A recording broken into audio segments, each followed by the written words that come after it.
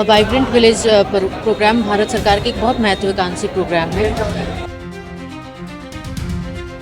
और 5 सड़कें भी पिथौरागढ़ में लगभग 100 करोड़ से ऊपर की वो भी स्वीकृत हुई हैं।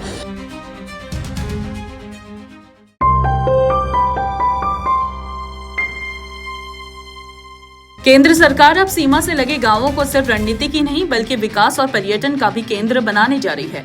वाइब्रेंट विलेज योजना के तहत अब नेपाल सीमा से सटे पिथौरागढ़, चंपावत और उधम सिंह नगर जिले के गांवों को चुना गया है। साल 2023 में केंद्र सरकार ने इस महत्वाकांक्षी योजना की शुरुआत की थी। पहले चरण में चीन सीमा से लगे गाँवों पर शामिल हुए। अब दूसरे चरण में नेपाल सीमा के करीब बसे गाँवों को जोड़ा गया है। सरकार का उद्देश्य सीमांत गांवों को मजबूत करना, पलायन रोकना और उन्हें पर्यटन का नया हब बनाना। इस योजना पर केंद्र सरकार 2024-2025 से 2029 तक करीब 6,839 करोड़ रुपए खर्च करेगी। आगे चलकर पाकिस्तान, बांग्लादेश और म्यांमार सीमा से लगे गांवों को भी योजना में शामिल किया जाएगा। वाइब्रेंट विलेज प्रोग्राम भारत सरकार की एक बहुत महत्वाकांक्षी प्रोग्राम है। प्रथम चरण में इसमें इंडो तिब्बत बॉर्डर से जो भी संलग्न गांव थे और जितने भी डिस्ट्रिक्ट और ब्लॉक थे उनको लिया गया था। सेकंड चरण में इनमें सारे जितने भी भारत के फॉरेन कंट्री से सीमाएं जुड़ती हैं सबको लिया गया है। अगर उत्तराखंड के परिप्रेक्ष्य में बात करें तो उत्तराखंड की सीमा नेपाल से लगती है और तिब्बत से लगती है। तो सेकेंड चरण में नेपाल सीमा से लगे हुए गाँवों को भी चिन्हित किया है, जिसमें हमारे पिथौरागढ़ के कुछ गाँव हैं, चंपावत के और उधम सिंह नगर के कुछ गांव हैं। टोटल 40 गांव को हमने चयनित किया है। पहले चरण में चीन सीमा से लगे गांव चुने गए थे। अब दूसरे चरण में पिथौरागढ़, चंपावत और उधम सिंह नगर के 40 गांव जोड़े गए। भौतिक सत्यापन के बाद रिपोर्ट्स पोर्टल पर अपलोड होगी और DPR फाइनल होने के बाद स्वीकृति और मॉनिटरिंग भी ऑनलाइन होगी।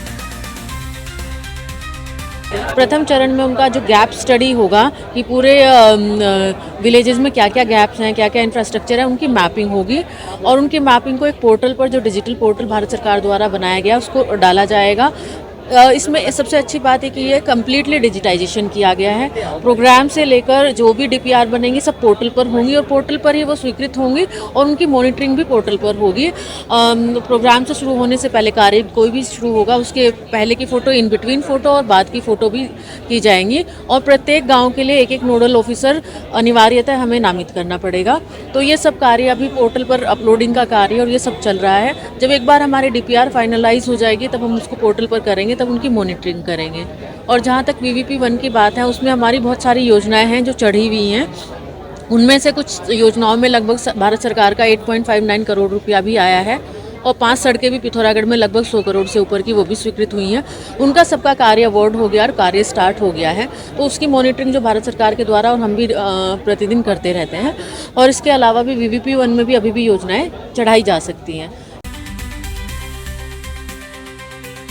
पहले चरण में कई परियोजनाओं पर काम पहले ही शुरू हो चुका है। अब दूसरे चरण के गांवों में सड़क, स्वास्थ्य, शिक्षा और पर्यटन ढांचे को मजबूत किया जाएगा।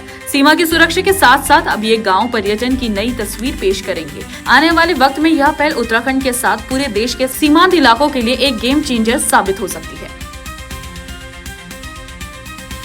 एक और बात इसमें बहुत महत्वपूर्ण है, इसमें भारत सरकार 4G की बात करती है, 4 कनेक्टिविटी, जिसमें हम फुल्ली इलेक्ट्रिफाइड, इलेक्ट्रिसिटी से सैचुरेशन, टेलीकम्युनिकेशन से सैचुरेशन और टेलीविज़न से सैचुरेशन और हमारी जो रोड कनेक्टिविटी है। और ये केवल गांव में नहीं, उस पूरे एंटायर ब्लॉक में जो सीमा से लगा हुआ है, ये हम लोग उसको सुनिश्चित करना है।